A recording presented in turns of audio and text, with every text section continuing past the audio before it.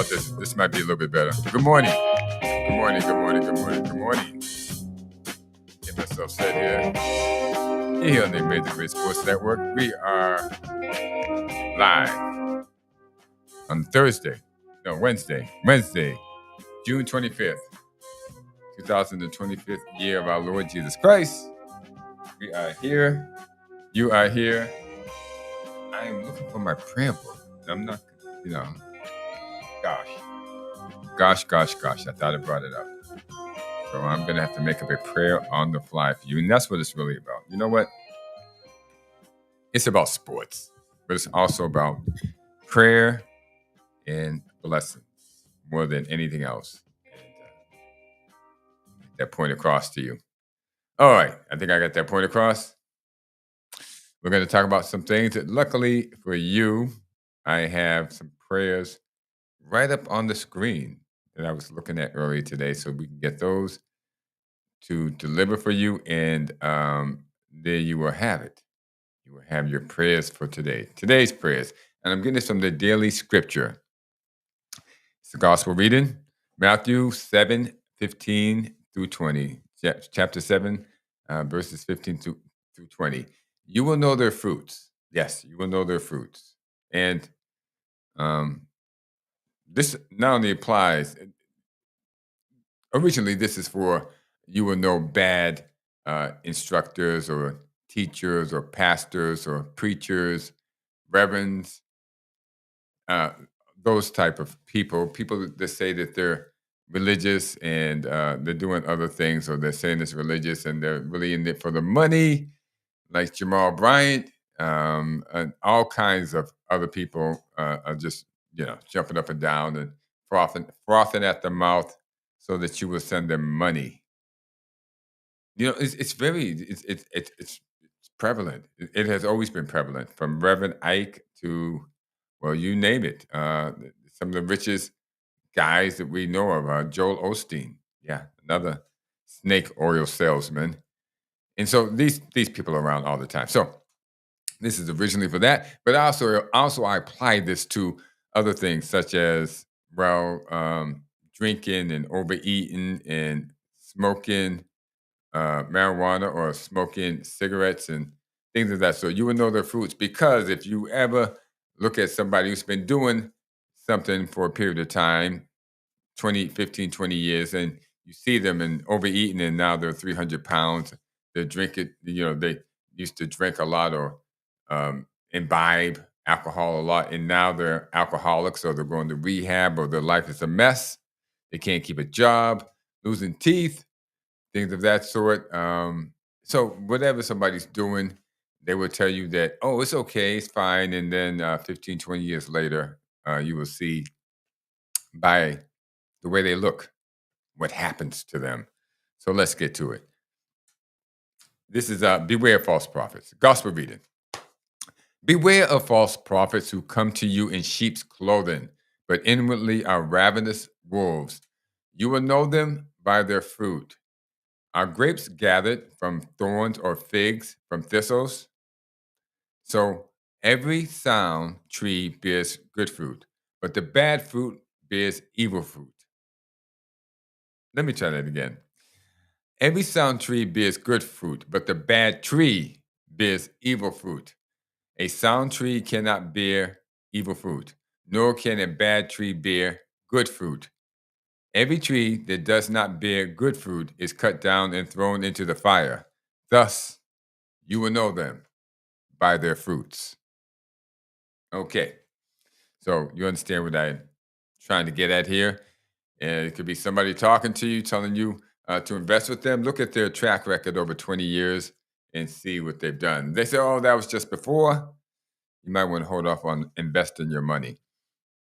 And that appeal goes to anything: drinking too much coffee, too much chocolate, what it will do to you. Wait a couple of years, let it develop, and see where it's going. See what happens when a person indulges in whatever they're talking about for a period of years. You will know them by their fruits. Okay, ladies and gentlemen, if I didn't bungle that enough, I don't know how much more I could have bungled that. and still expected you guys to follow me. Because I mean, really, that was tough. If you followed me, God bless you because you did a heck of a job. Unbelievable. You did a great job. That being said, we're going to move on to birthdays. And for birthdays, I have, well, one of my favorite fighters that I've never saw in person. Um, or well, he was around at the very beginning of my life, but I never saw him. So all I had to go on were old films, silent films um, from the 20s. His name is Jack Dempsey. Jack Dempsey. Jack Dempsey uh, was a famous boxer. I think he won it in. I can tell you when he won all this stuff. Um, in the 1920s, he defeated Jess Willard, Tommy Brennan, Louis Firpo, George Carpentier. He defeated. No, he didn't defeat Gene Tooney. So we won't go there. But what Dempsey is really known for, as far as I can, tell, I mean, the guy was obviously a pretty good boxer. I think he weighed about 180 pounds, maybe 185 pounds. He wasn't the biggest guy. He was called the Manasseh Mauler. Um, and he came out of a mining town. Basically, the guy was illiterate, didn't go to school, had to learn how to get along in life on the fly. Okay, his family, his father was a guy who traveled all over the place. Ended up in Manassas, Colorado, and that's where he gets the name, the Manasseh Mauler.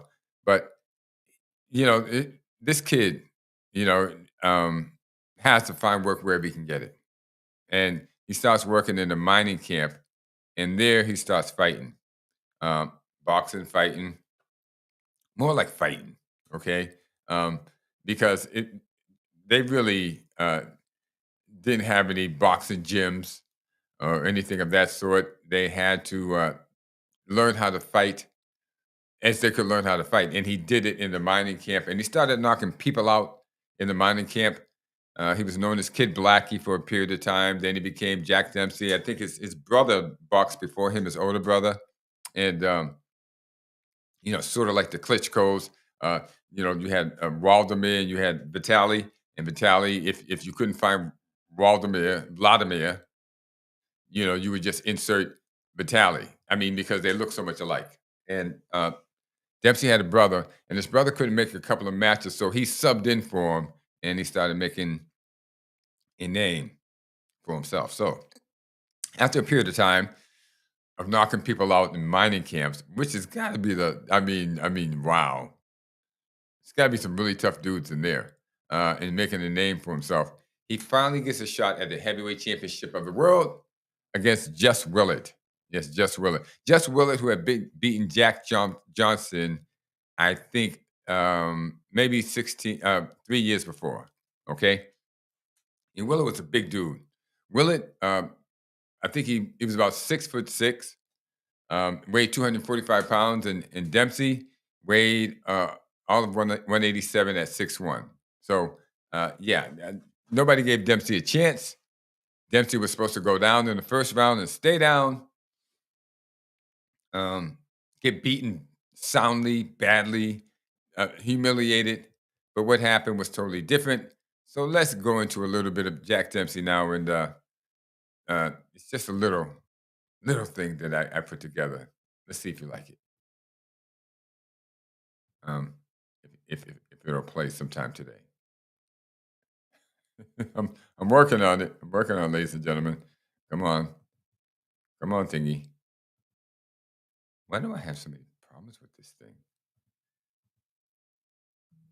Uh-huh. Well, it's supposed to work. How about we press on this, then we press on this. Here we go. Bam. Jack Dempsey was born William Harrison Dempsey on June 24th, 1895. At age 16, Dempsey left home and began fighting for money and work in mining camps throughout the American West. Mining camp fights were brutal and merciless. As a result, Dempsey developed an aggressive and malevolent fighting style. In 1919, Dempsey fought Jess Willis for the heavyweight title of the world. Willis suffered a broken jaw, a fractured cheekbone, several broken ribs, and a loss of teeth before being knocked out in the third round. Dempsey's savaging of Willis made him a must-see sensation. Millions and millions now flock to see his fights. Jack Dempsey catapulted boxing from the back alley table to the forefront of the sports industry. Jack Dempsey, a legendary boxer, celebrated actor, and restaurateur, died on May 31st, 1983. Gone, but never ever forgotten.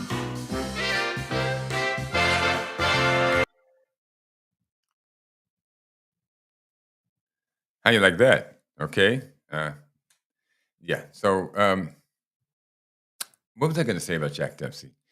You know, when Dempsey first started in boxing, it was back alley, shores, fields, um, and those were on small towns or second tier towns. They wouldn't be big towns like Chicago, New York, um, Detroit, things of that sort. Until Dempsey came along. Dempsey changed all that. Dempsey made it so that the big cities wanted boxing. They wanted boxing matches. The boxing was a tough sport to sell. I mean, you got two guys hitting each other, and you know, well, people didn't think it was a good thing. It was against ideals and what people thought were virtues. So it took Dempsey to change all that. When Dempsey won the title, he won it in Toledo, Ohio. Yes, Toledo, Ohio. Not a major city by anyone's stretch of the imagination, but um, he then goes on to fight in New York City, Chicago, and I'm looking at the Polo Grounds, New York City, um, Philadelphia, the stadium in Philadelphia, Pennsylvania, Yankee Stadium, Soldier Field, Chicago. So he went from, um, you know, um, fighting in back alleys to Madison Square Garden, fought in Madison Square Garden. So Jack Dempsey changed everything for the heavyweights. He was so popular that everybody wanted to see him, and that included the big market cities that had big market arenas and stadiums. They were able to sell him to the public, and boxing became mainstream. It had been around all this time, but it did not become mainstream until Jack Dempsey, well, the Manasseh Mauler, changed it all. Okay, that being said, ladies and gentlemen, let's go over some things that happened here over the week, not even the weekend, the week. Let's start off with, well, the Boston Celtics, okay? The Boston Celtics have done two major things. First, they traded Drew Holiday for Anthony Simons. Drew Holiday for Anthony Simons. And there were some people who thought that the Celtics got the better of the trade. There were some people that thought that the Trailblazers got the best of the trade. I personally, I think the Celtics got the best of the trade because Drew Holiday he's 35 years old. So Drew Holiday is 35. Um, Anthony Simons is 26. Um, Drew Holiday is making $33 million a year for the next 2 years. Simons is making 27 mil. Is in the final year of his contract. Simons is better offensively. Holiday is better defensively. So the Celtics save $6 million and get 9 years younger in the immediate future. Well, that seems like a pretty good deal. Not only that, Drew Holiday is getting older. He's 35.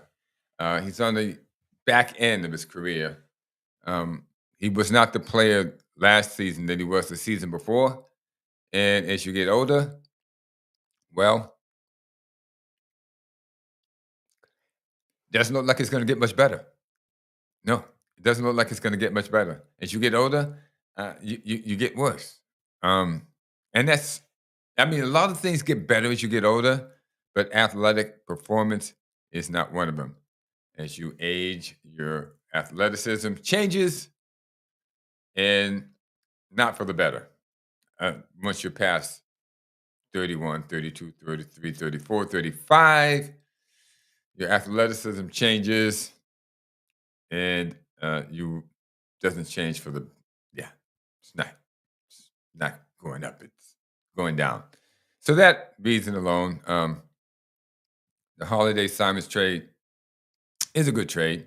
And uh, for both teams, I think uh, Portland wants to win now. They have Scoot Henderson there, and they wanted to get a guy who could probably work with them since Scoot has not got over the rookie jitters or the sophomore jitters.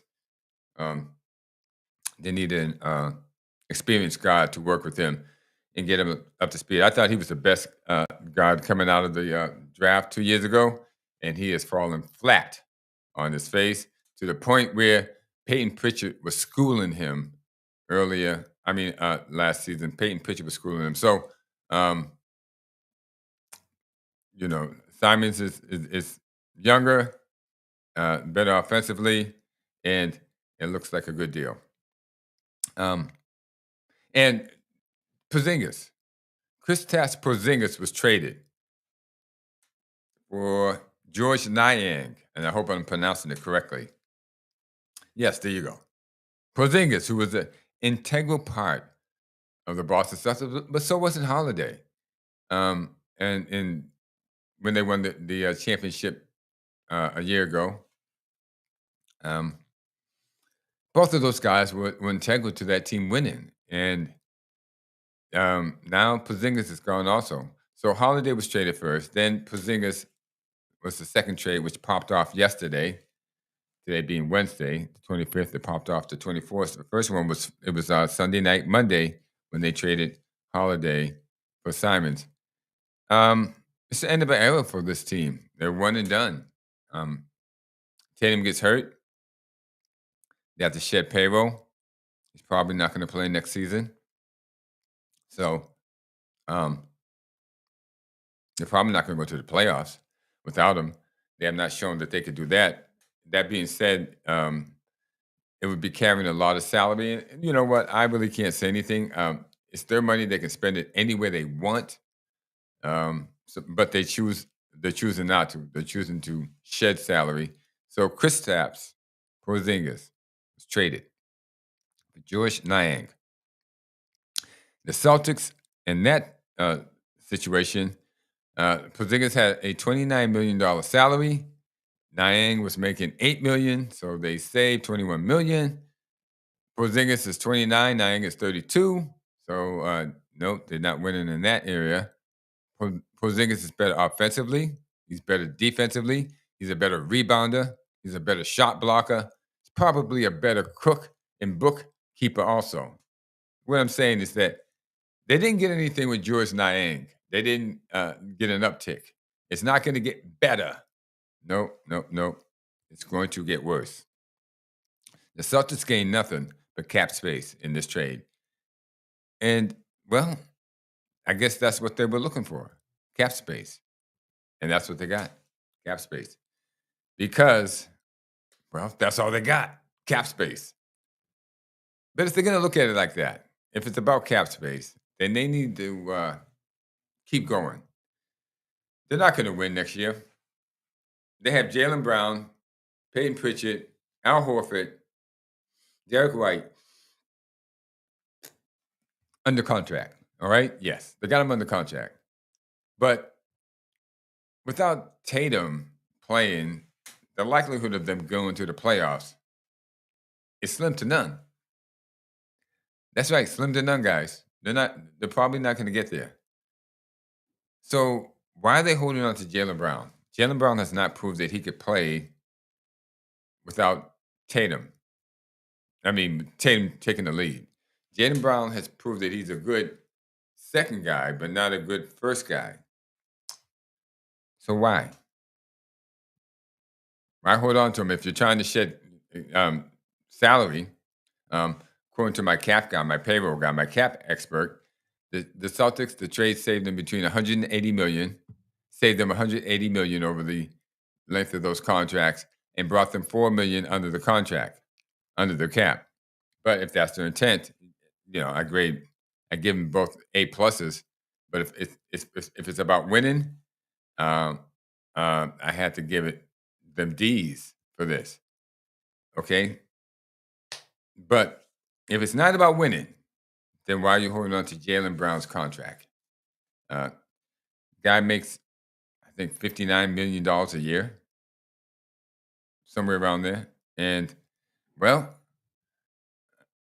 I'm not telling you. I mean, let's just put it this way: if you're trying to share contracts and save money, his has got to be the first one on your list. But what can you do with him?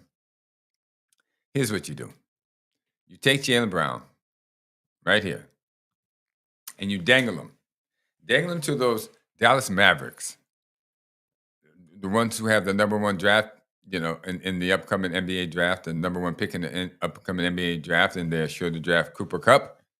Make a deal with them that when they draft Cooper Cup, you would trade them Jalen Brown for Cooper Cup. Now, this works for both teams. For the Celtics, you really get rid of payroll since you're not planning on winning next season and the season after that. If you can win, if Tatum does come back, if he's good enough to come back, can you win? Nobody knows. There's a lot of uncertainty there. So if you're looking to shed payroll money, Jalen Brown is the option you should be looking at.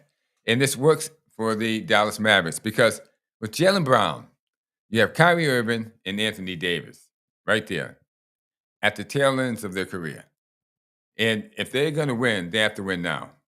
Okay? They don't have time for Cooper Cup to develop. There's no, it's going to take 2 years. And by that time, the South, you know, it's the window's going to be closed. Kyrie should be on his way out, definitely on his way out. You have Klay Thompson that he's on his way out. So if you're going to win, you need to win now. Now, this is your time. Okay? While you have Kyrie still productive and Anthony Davis still productive, what you need to do is make a trade to get Jalen Brown. Jalen Brown with Kyrie and AD. Now that's the team.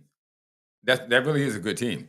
You have a mixture of experience, and then you have some younger guys like Daniel Gafford. Of course, you got another guy who's experienced, Klay Thompson.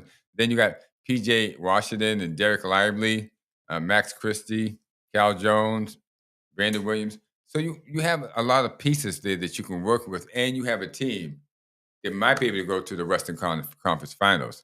Maybe if you swing another deal within a very important piece, I'm not going to say what that might be. Whatever is available and good for you. Yeah, you guys could go right there, but you're not going to go there with Cooper Flag. You're not going to go there in the first year with Cooper Flag. Forget about it. It's not going to happen.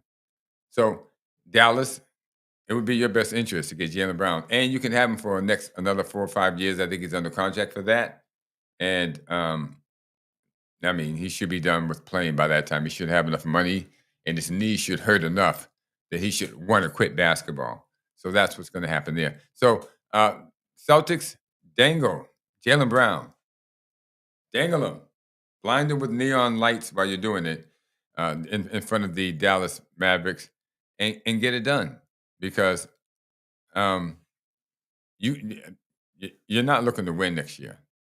No, I mean no, you're not. You're not looking to win next year. Might as well go ahead and blow up the whole thing. Get Cooper Flag in here. Let something develop with him. We don't know if Jason Tatum's going to come back, or if he comes back, will he be the athlete that he was? Survey says no, he won't be the athlete that he was. I have not seen anybody come back from I have not seen a basketball player come back from an Achilles tear injury and be as athletic or as mobile as he once was. Nope, I have not seen it. It's not going to happen.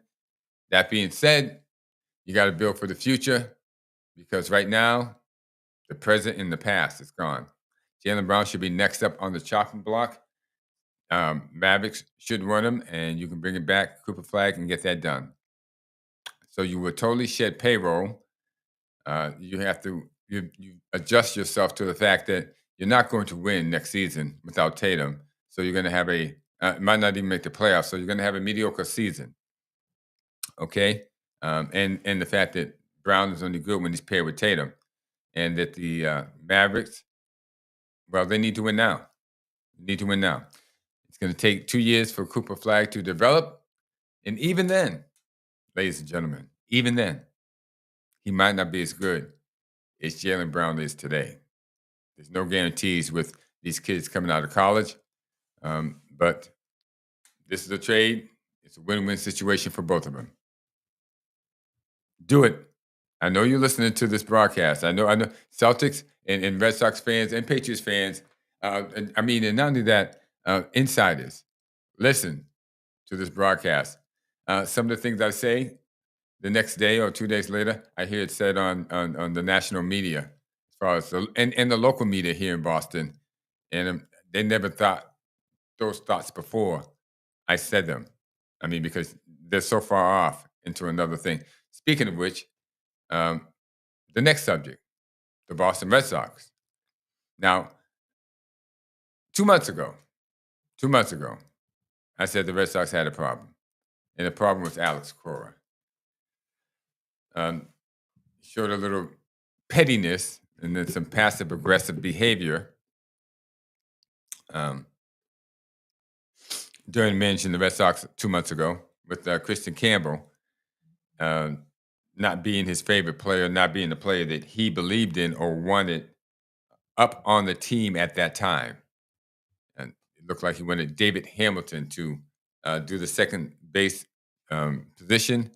Management signed Christian Campbell very quickly to a nice team-friendly deal, and they went and played, and it didn't sit well with Alex Cora, so he tried to bury the kid, and bury the kid he did.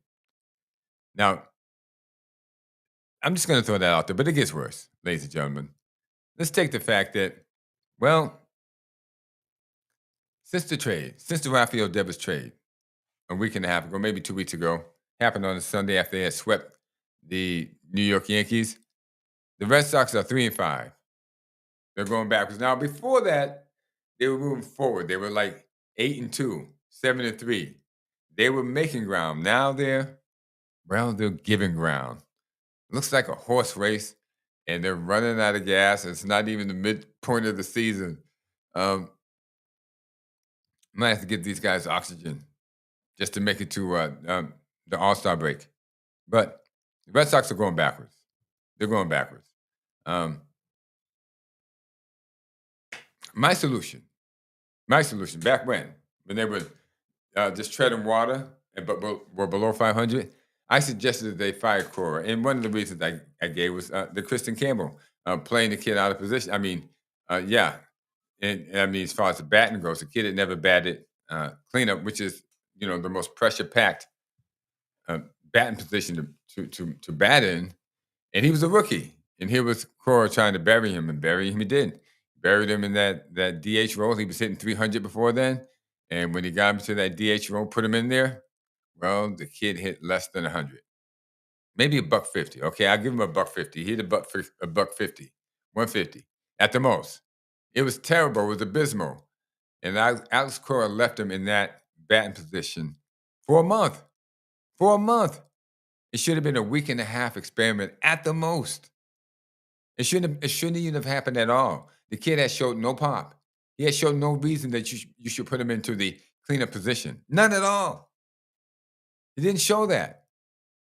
But the Cora stuck him in there and kept him in there, and nobody could say anything. He sunk the kid, and while doing so, sunk the team. But he was comfortable with that. He didn't care. So let's just take that into consideration right there. Now, Devers. The situation really exploded over Devers. Devers doesn't speak English very well. And I know that's lazy on his part. And it's negligent on his part. He's been with the team 10 years. And he doesn't speak English. He might barely understand it. So the guy who's communicating to him from the Red Sox is none other than Alex Cora. That's right, Alex. And I think that's why they have Alex on the team. Because they had Rafel Devers as their best player. He speaks Spanish predominantly Spanish. 80%. 80% Spanish. So the guy who's supposed to communicate everything to him, get it done, get him on the same page, is Alex Cora. Think about that. But Alex Cora seemed to be the main reason why there was a communication problem because Devers doesn't speak English. And Alex was not communicating very well with what team wanted, what management wanted. So the problem starts and it ends with Alex Cora. But there's more. There's more, ladies and gentlemen. Um, Not only did Cora muff that punt with Devers, he had spent the entire season placing plays where they don't belong, um, or keeping plays in a position when they should be moved out. Case in point, last Sunday, Romy Gonzalez, not a bad guy, pretty good guy, decent play, utility player. For some reason, after playing 24 games at first and a couple of DH, a couple at third base, they stuck him in at second base. And he promptly made an error that cost him the game. My question is, what the heck is Romy Gonzalez doing at second base? That's what you got David Hamilton for, okay? You spent all that time trying to get rid of Christian Campbell. You finally got rid of him. It worked. You did it. You got the job done. You got rid of him, Alex, okay? And now you're gonna stick, now that you got rid of him and your guy is Hamilton. What do? Hmm? You put Romy Gonzalez in a second. Now, we all know he's a utility player. Fantastic. And then he can play, you want utility players to play multiple positions. Fantastic. But can you narrow it down to maybe one or two? I mean, you got the guy playing first base, second base, third base, outfield. Stop it. Give him a position that he can get familiar with and know the parameters and feel comfortable. But Alex Cora won't do that. No, Alex Cora totally is going to do it however way he wants it, place these guys wherever they want, outfield, infield, destroy their confidence when they make a mistake. Alex Cora doesn't want this job. He doesn't want it. So let it go. Never missed. Okay. Oops. I never. Thank you. I'm just reading some of the comments here. I think I better get to the chats and get it out. Yeah. Uh-huh. I have someone who agrees with me. Newswave. Devers isn't the problem. Cora is. Boston needs a new game plan, not just new players. I think they got enough new players with these rookies. Cora is the problem. When they had Devers with Cora, they lost. Now, without Devers, they still have Cora. They're still losing. The problem is Cora. And yes, it was a tough weekend for the Red Sox. All around, Red Sox fans, says Averill. And just have to deal with it. Hopefully, Cora will be gone soon, but I doubt it because if they had any brains, management had any brains, they would have got rid of Cora and just sat Rafel Devers down for a week until his attitude was readjusted about playing for the team, which I believe it would have. He's a good guy. He's given it, the first 10 years of his career he gave to the Red Sox.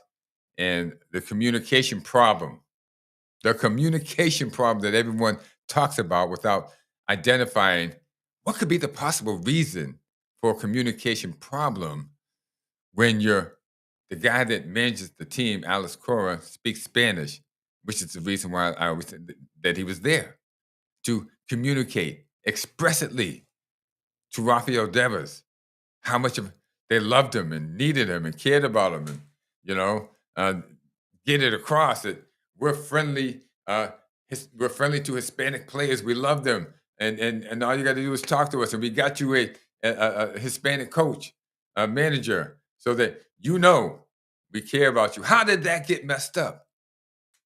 If not for Alex Cora, yeah, easy to see. It's not hard to see.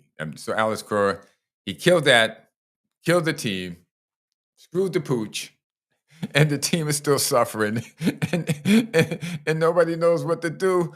Heck, Keep stealing my material. Go ahead. I don't care. On the all the guys that are on our local television and radio that I hear repeat the things I say after I say them and never before.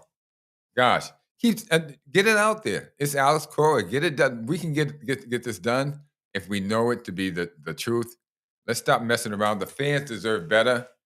They're like fans everywhere else. They want a good team. They want a team that they can love. They want a team that's going to put out for them. They want a team that cares about winning. And right now, with Alex Cora getting thrown out 2 of the last 3 games, um, no, the team's not worried about winning anymore. It's just worried. I don't even know what it's worried about anymore. I don't think this team is just worried about, gosh, the optics. They're worried about the optics now. They're definitely not worried about the winning. Alex Cora doesn't even mind getting kicked out of a game, two consecutive games, or he'll not show up for his daughter's graduation. We're not talking about wedding. We're talking about graduation. All kinds of excuses. John Henry, it's on the wall in neon. Okay, in neon. You can't make this up. Um, And then I have a question here. Somebody, Mr. Lena says, "Do I think the trading of Devers signals a full rebuild for the Red Sox, or they're just blindly hoping Cora can turn things around?" It's the second one. It's the second one. They're just blindly, and I mean blindly in the worst case scenario of being blind. I mean these guys are blind, blind, blind. And Alex Cora just taking them for a ride. He's a master talker. He's a grifter. He's a grifter. He's a guy who talks good to management, and they believe him, and they keep co-signing the things he does and believing in him, and he can't deliver. And I think he's frustrated that it looks so bad now, so he's just getting thrown out of games. And it's not my fault. I'm getting thrown. As Cedric Maxwell said, Bernard King's not going to get 45 points on me, and he's right. Uh, Bernard King didn't get. We're talking about a basketball game, a Boston Celtics game. He didn't get 45 on Cedric Maxwell. No, Bernard King did not get 45 points on Cedric Maxwell because Cedric Maxwell got thrown out of the game when he only had 38. That's right. Cedric Maxwell got himself removed from the game, and that's the reason why he didn't get 45 on him. It's the same thing with Alex Cora. You can't say that Alex Cora, you know, he's not really, you know, they're not losing because of him, because he's not even there the full game. He's getting kicked out. It's not my fault. It's not my fault, ladies and gentlemen. It's the team that's not disciplined enough. Oh my gosh. Oh my gosh. Oh my gosh. What can you say? And management is going for this because they don't have Sam Kennedy and Breslow have been bamboozled and flim flam by Alex Cora. And, they can't make the tough decision that they should have fired him 2 months ago. 2 months ago. Well, ladies and gentlemen, can I beat a dead horse any longer? I don't think so. Let's just let this one go. What can I say? What can I say? I think that's it. Alex Cora with Rafel Devers was losing, and they said it was Devers' attitude and his personality. Now he's gone, and they're 3-5, 3-5. They were 8-2 when they had Devers. They're 3-5, and so it's not Devers. It was not Devers. It was Alex Cora. And that's my show for today, ladies and gentlemen. I have the Celtics, Jack Dempsey, and Rafael Devers. I just spit it out there, get it out there, and get it out the way. Anything else happening on the scene that I could talk to you about that I think you should know that's pertinent? Bangladesh soccer team. Waiting to see what happens. Can they regroup? Can they get it back together? And get it going and make a splash in the cup? We sure hope so. That country could use an uplifting spirit and uplifting morale. And well, let's get it done. Let's get it done, team. Because a lot of guys, I know some guys in that country, from that country, and they believe. And I'd like to see you guys do well, show out for them. Anything else? The NBA Finals. No surprise that OKC won. I mean, Adam Silver did everything he could to try to ensure that OKC would win, and they finally pulled it out. Took him 7 games, but he managed to get it done. All I can say is I have more respect for Vince McMahon in the WWE than I do for Adam Silver and the NBA. If that hurts you NBA fans, I'm sorry, but I'm telling you the truth. It's sports entertainment. It's not competitive. They don't want it competitive. SGA is the new face of the NBA. He's been anointed by David Silver, and he's going to get every call he wants. I don't care if he takes 10 steps and he runs somebody over. I don't care what he does. They are always going to give the call to SGA. And by, not to make it look so bad all the time, they're going to give it to his teammates too and spread it around. But that team, just like the Lakers for the past 6 years, will always have more free throws than the team they're playing. Guaranteed. Sometimes by 10 or more if the referees just don't feel like trying to make it look good at the end, like by calling fouls at the end when the game's already over. Most exciting news, NHL. The NHL, what a series, what a series, what a series. NHL should be doing a lot better than it's doing. I don't think it's marketed well enough. Yeah, you're right, Gabriel. Cora's track record since 2018 has been downhill. And at what point does the front office take responsibility? Never. Part of the problem of being in the front office is never having to take responsibility, so that you never will take responsibility. It would always be the managers or the players' fault until you finally trade those players away and they're no longer there. That being said, the NHL, and I wanted to just get to that because we had a guy that just had a terrific series. You know him, favorite of mine, Mr. Brad Marchand. Once was the heart and soul of the Boston Bruins. Now he's one of the heartbeats of the Florida Panthers, along with Matthew Tkachuk, Sam Bennett, Sam Reinhart, Seth Jones, Alexander Barkov. I mean, gee, they just have a whole boat. I love them. Look, great team. They play the gritty. They play hard. They play smart. It was a fantastic series. And the fact is, it's not rigged like the NBA. That's right. That's another reason why I'm turning toward the NHL over the NBA. It's not sports entertainment. It's actually sports competition. Whereas the NBA with Adam Silver is just becoming sports entertainment, which means, for the most part, you know who's going to win. And that, ladies and gentlemen, is my show. I don't want to belabor the point. Hey, giving good people bad news. For all of you who want to believe wholeheartedly in the NBA, hey, giving you bad news. But hey, you still got your life. And your life is more important than anything that's going to happen in sports. Why don't you just try to make sure your life is competitive and that it comes out the right way? That would make me feel better about everything that I've ever said or done that you've listened to. Enjoy the bumper music on the way out. It's been my pleasure. Thank you very much. You guys have a good day and a good weekend. And I will see you. Yes, I know I still have the screen of Brad Marchand up there. Yeah. I will see you on Saturdays. On Saturday. Remember, 844-249-5247. 844-249-5247. Call. Let your voice be heard. Let your thoughts erupt and take flight. Let people hear what you have to say, what you think. Bring a new angle to it, as my nephew did about the Jaylen Brown situation. He's the one who came up with trading him for Cooper Flag. And really, it would be the best move the Mavs could make. It would be the best move.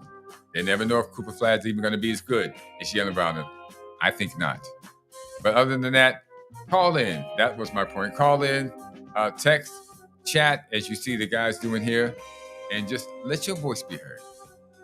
Get your thoughts out there. Let them take flight. Let them grow. Have a good day.